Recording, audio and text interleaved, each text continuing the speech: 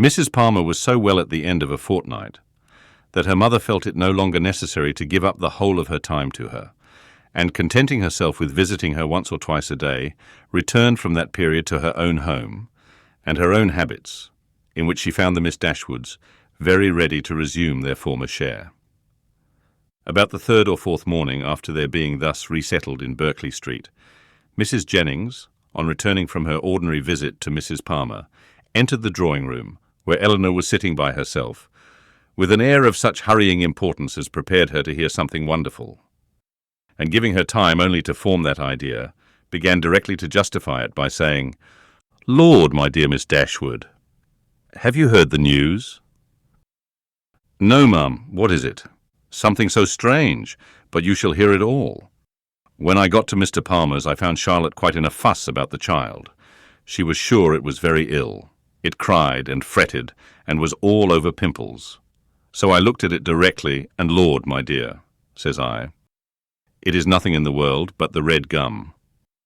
And nurse said just the same, but Charlotte, she would not be satisfied, so Mr. Donovan was sent for. And luckily he happened to just come in from Harley Street, so he stepped over directly, and as soon as ever he saw the child, he said just as we did, that it was nothing in the world but the red gum, and then Charlotte was easy.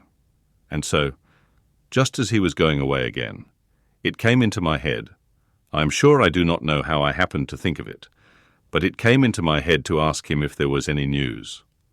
So upon that he smirked and simpered and looked grave and seemed to know something or other.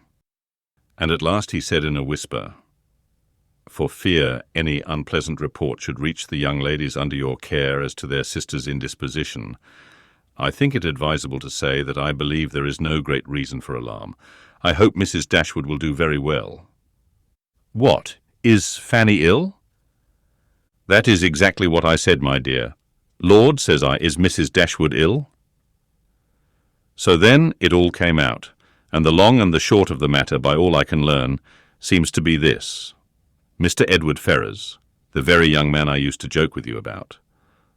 But however, as it turns out, I am monstrous glad there was never anything in it.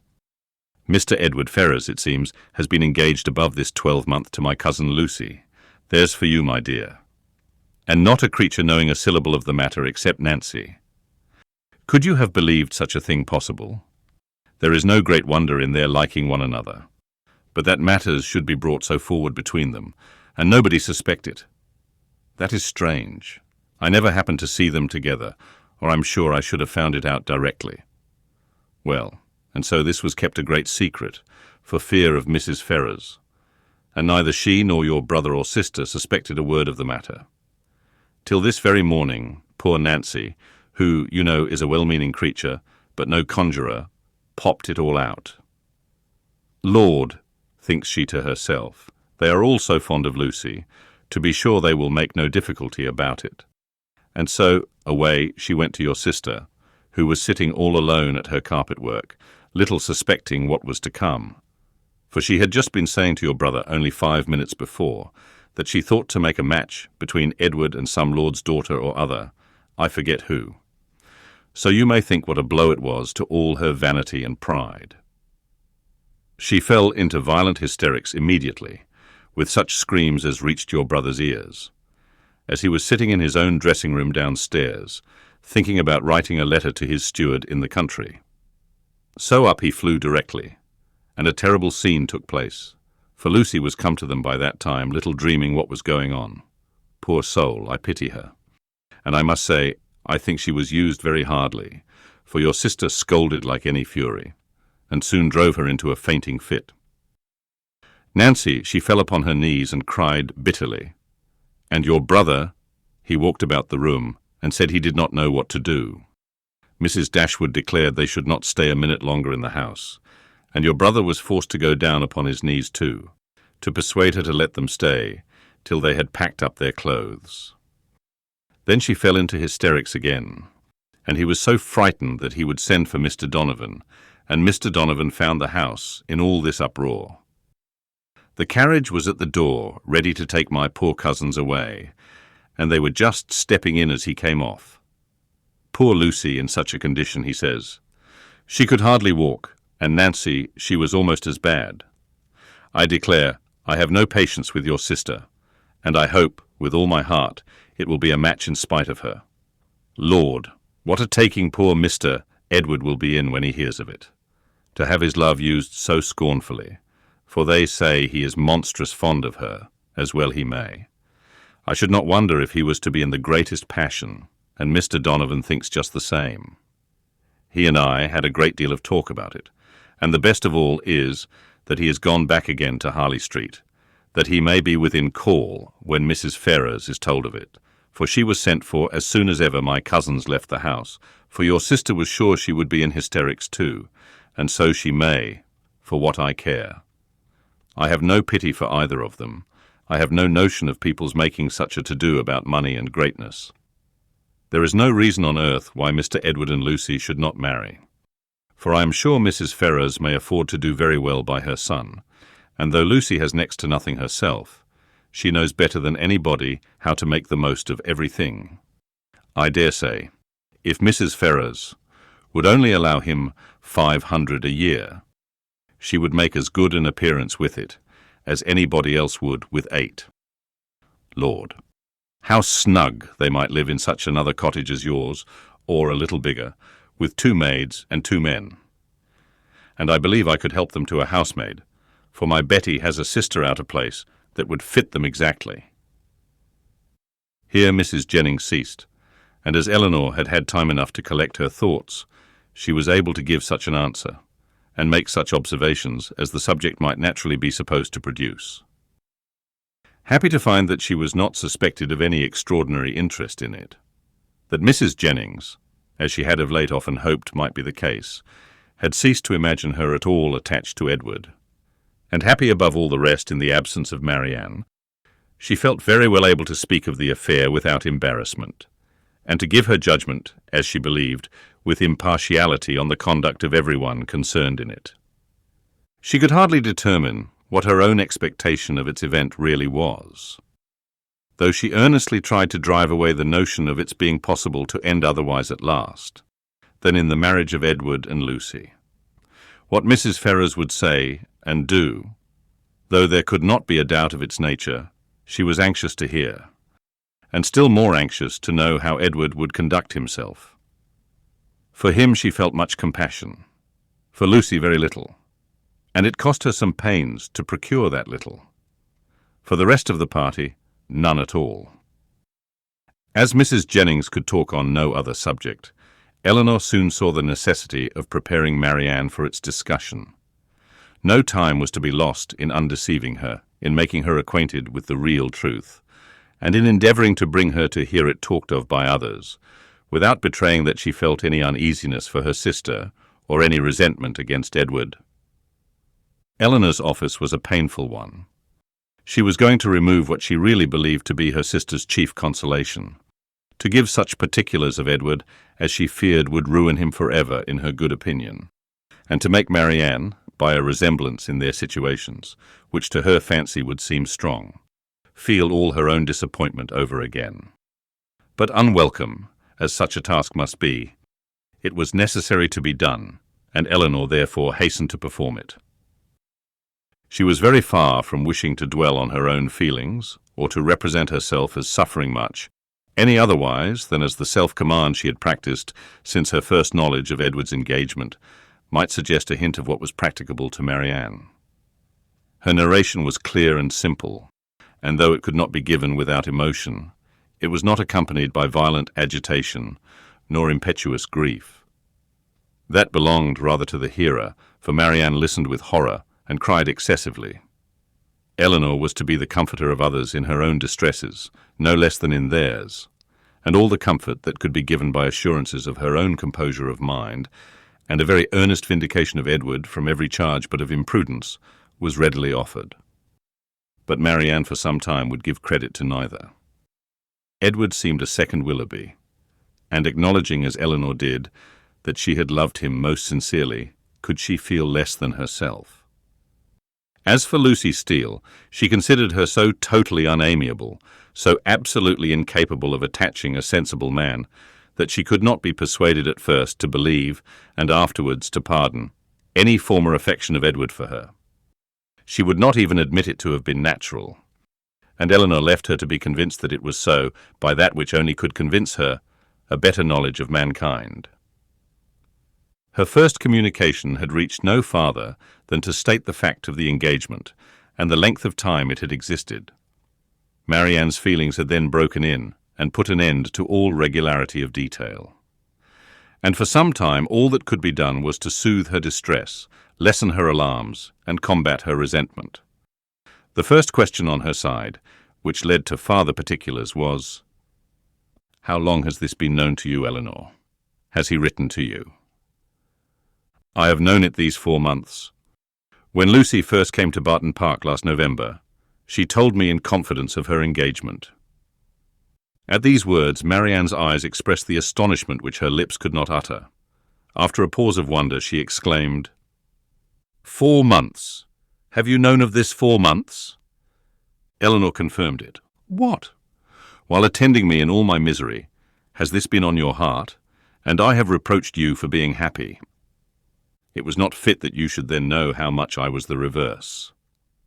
"4 months!" cried Marianne again. "So calm, so cheerful. How have you been supported?"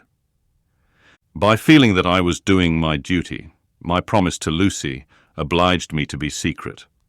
I owed it to her, therefore, to avoid giving any hint of the truth, and I owed it to my family and friends not to create in them a solicitude about me, which it could not be in my power to satisfy." Marianne seemed much struck. "I have very often wished to undeceive yourself and my mother," added Elinor, "and once or twice I have attempted it. But without betraying my trust, I never could have convinced you." 4 months, and yet you loved him." "Yes, but I did not love only him, and while the comfort of others was dear to me, I was glad to spare them from knowing how much I felt. Now I can think and speak of it with little emotion. I would not have you suffer on my account, for I assure you I no longer suffer materially myself. I have many things to support me. I am not conscious of having provoked the disappointment by any imprudence of my own. I have borne it as much as possible, without spreading it farther. I acquit Edward of essential misconduct. I wish him very happy, and I am so sure of his always doing his duty that though now he may harbour some regret, in the end he must become so. Lucy does not want sense, and that is the foundation on which everything good may be built. And after all, Marianne, after all that is bewitching in the idea of a single and constant attachment, and all that can be said of one's happiness depending entirely on any particular person, it is not meant, it is not fit, it is not possible that it should be so. Edward will marry Lucy. He will marry a woman superior in person and understanding to half her sex. And time and habit will teach him to forget that he ever thought another superior to her." "If such is your way of thinking," said Marianne, "if the loss of what is most valued is so easily to be made up by something else, your resolution, your self-command, are perhaps a little less to be wondered at. They are brought more within my comprehension. I understand you. You do not suppose that I have ever felt much. For 4 months, Marianne, I have had all this hanging on my mind, without being at liberty to speak of it to a single creature, knowing that it would make you and my mother most unhappy whenever it were explained to you, yet unable to prepare you for it in the least. It was told me. It was in a manner forced on me by the very person herself, whose prior engagement ruined all my prospects, and told me, as I thought, with triumph. This person's suspicions, therefore, I have had to oppose, by endeavouring to appear indifferent where I have been most deeply interested, and it has not been only once. I have had her hopes and exultation to listen to again and again. I have known myself to be divided from Edward forever, without hearing one circumstance that could make me less desire the connection. Nothing has proved him unworthy, nor has anything declared him indifferent to me. I have had to contend against the unkindness of his sister and the insolence of his mother, and have suffered the punishment of an attachment, without enjoying its advantages. And all this has been going on at a time when, as you know too well, it has not been my only unhappiness. If you can think me capable of ever feeling, surely you may suppose that I have suffered now. The composure of mind with which I have brought myself, at present, to consider the matter, the consolation that I have been willing to admit, have been the effect of constant and painful exertion. They did not spring up of themselves. They did not occur to relieve my spirits at first. No, Marianne.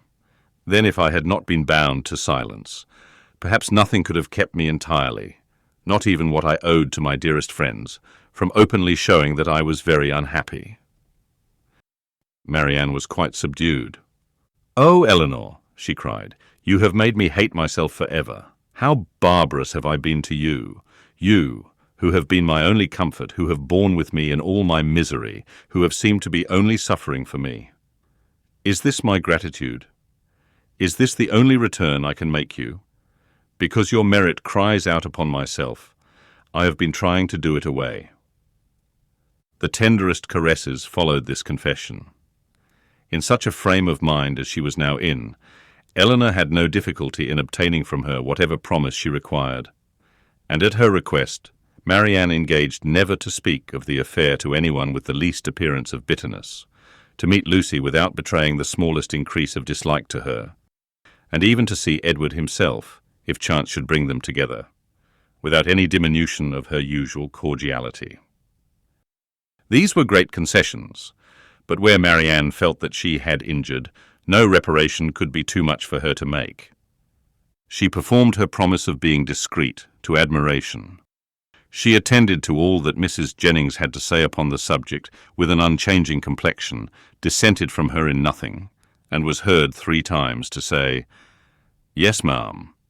She listened to her praise of Lucy, with only moving from one chair to another, and when Mrs. Jennings talked of Edward's affection, it cost her only a spasm in her throat. Such advances towards heroism in her sister made Elinor feel equal to anything herself.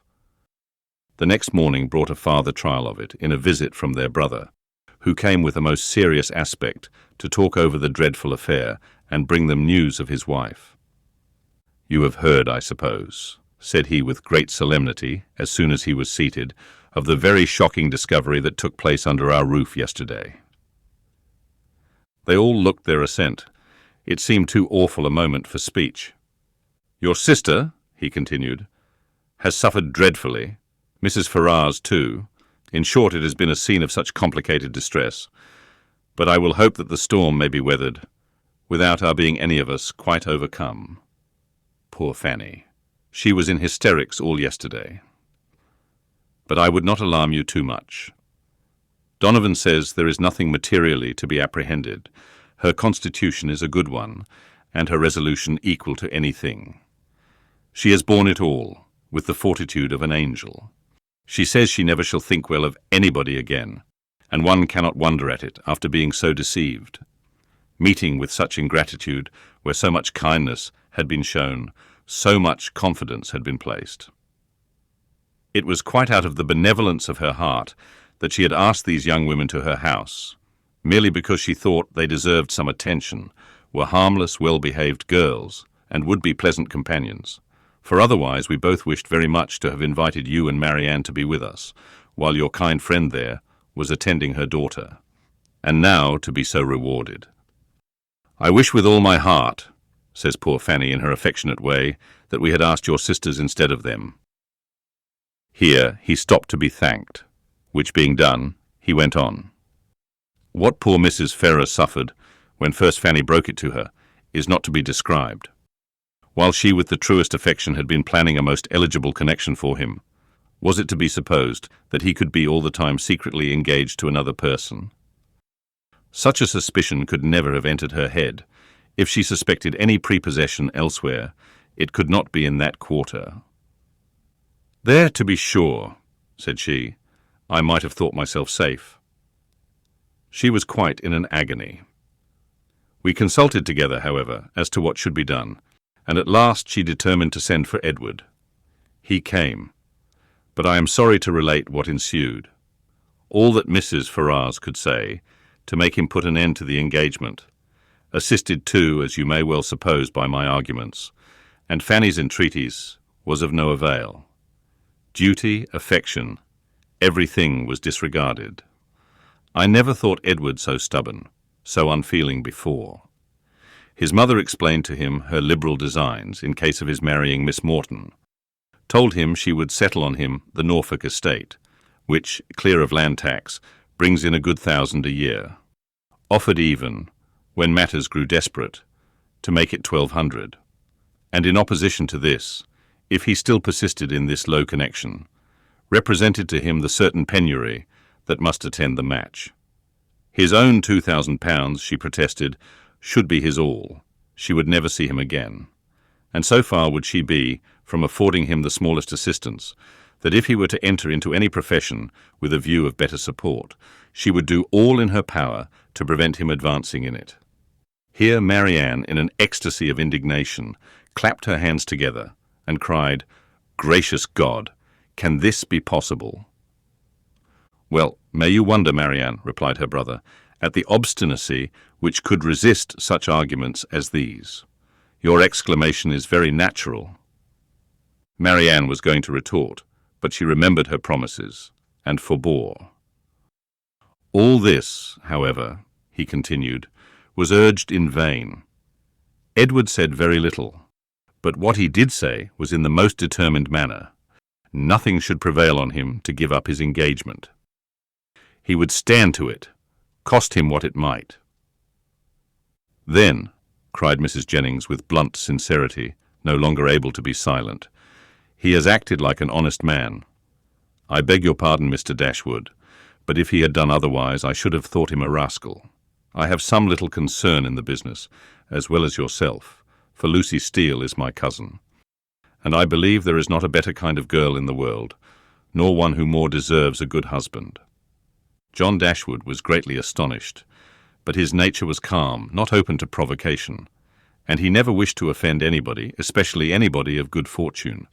He therefore replied without any resentment, "I would by no means speak disrespectfully of any relation of yours, madam. Miss Lucy Steele is, I dare say, a very deserving young woman, but in the present case, you know, the connection must be impossible. And to have entered into a secret engagement with a young man under her uncle's care, the son of a woman especially of such very large fortune as Mrs. Ferrars, is perhaps altogether a little extraordinary.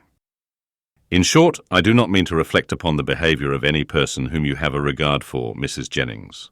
We all wish her extremely happy, and Mrs. Ferrars's conduct throughout the whole has been such as every conscientious, good mother, in like circumstances, would adopt. It has been dignified and liberal. Edward has drawn his own lot, and I fear it will be a bad one." Marianne sighed out her similar apprehension, and Elinor's heart wrung for the feelings of Edward, while braving his mother's threats, for a woman who could not reward him. "Well, sir," said Mrs. Jennings, "and how did it end?" "I'm sorry to say, ma'am, in a most unhappy rupture. Edward is dismissed for ever from his mother's notice. He left her house yesterday, but where he has gone, or whether he is still in town, I do not know, for we, of course, can make no inquiry." "Poor young man, and what is to become of him?" "What indeed, ma'am? It is a melancholy consideration, born to the prospect of such affluence. I cannot conceive a situation more deplorable. The interest of £2,000, how can a man live on it? And when to that is added the recollection that he might, but for his own folly, within 3 months, have been in the receipt of £2,500 a year, for Miss Morton has £30,000. I cannot picture to myself a more wretched condition. We must all feel for him, and the more so because it is totally out of our power to assist him." "Poor young man," cried Mrs. Jennings. "I am sure he should be very welcome to bed and board at my house, and so I would tell him if I could see him. It is not fit that he should be living about at his own charge now, at lodgings and taverns." Elinor's heart thanked her for such kindness towards Edward, though she could not forbear smiling at the form of it. "If he would only have done as well by himself," said John Dashwood, "as all his friends were disposed to do by him, he might now have been in his proper situation, and would have wanted for nothing. But as it is, it must be out of anybody's power to assist him. And there is one thing more preparing against him, which must be worse than all.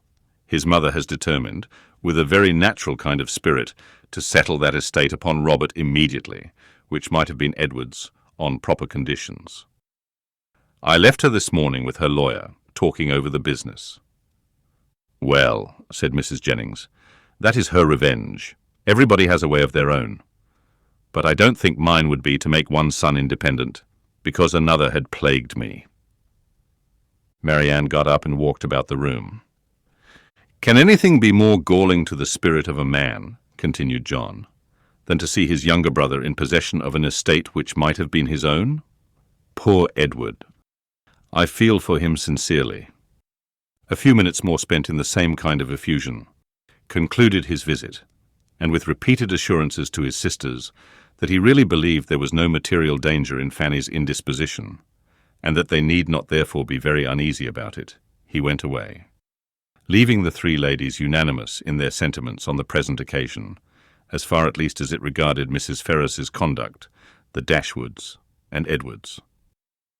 Marianne's indignation burst forth as soon as he quitted the room, and as her vehemence made reserve impossible in Elinor, and unnecessary in Mrs. Jennings, they all joined in a very spirited critique upon the party.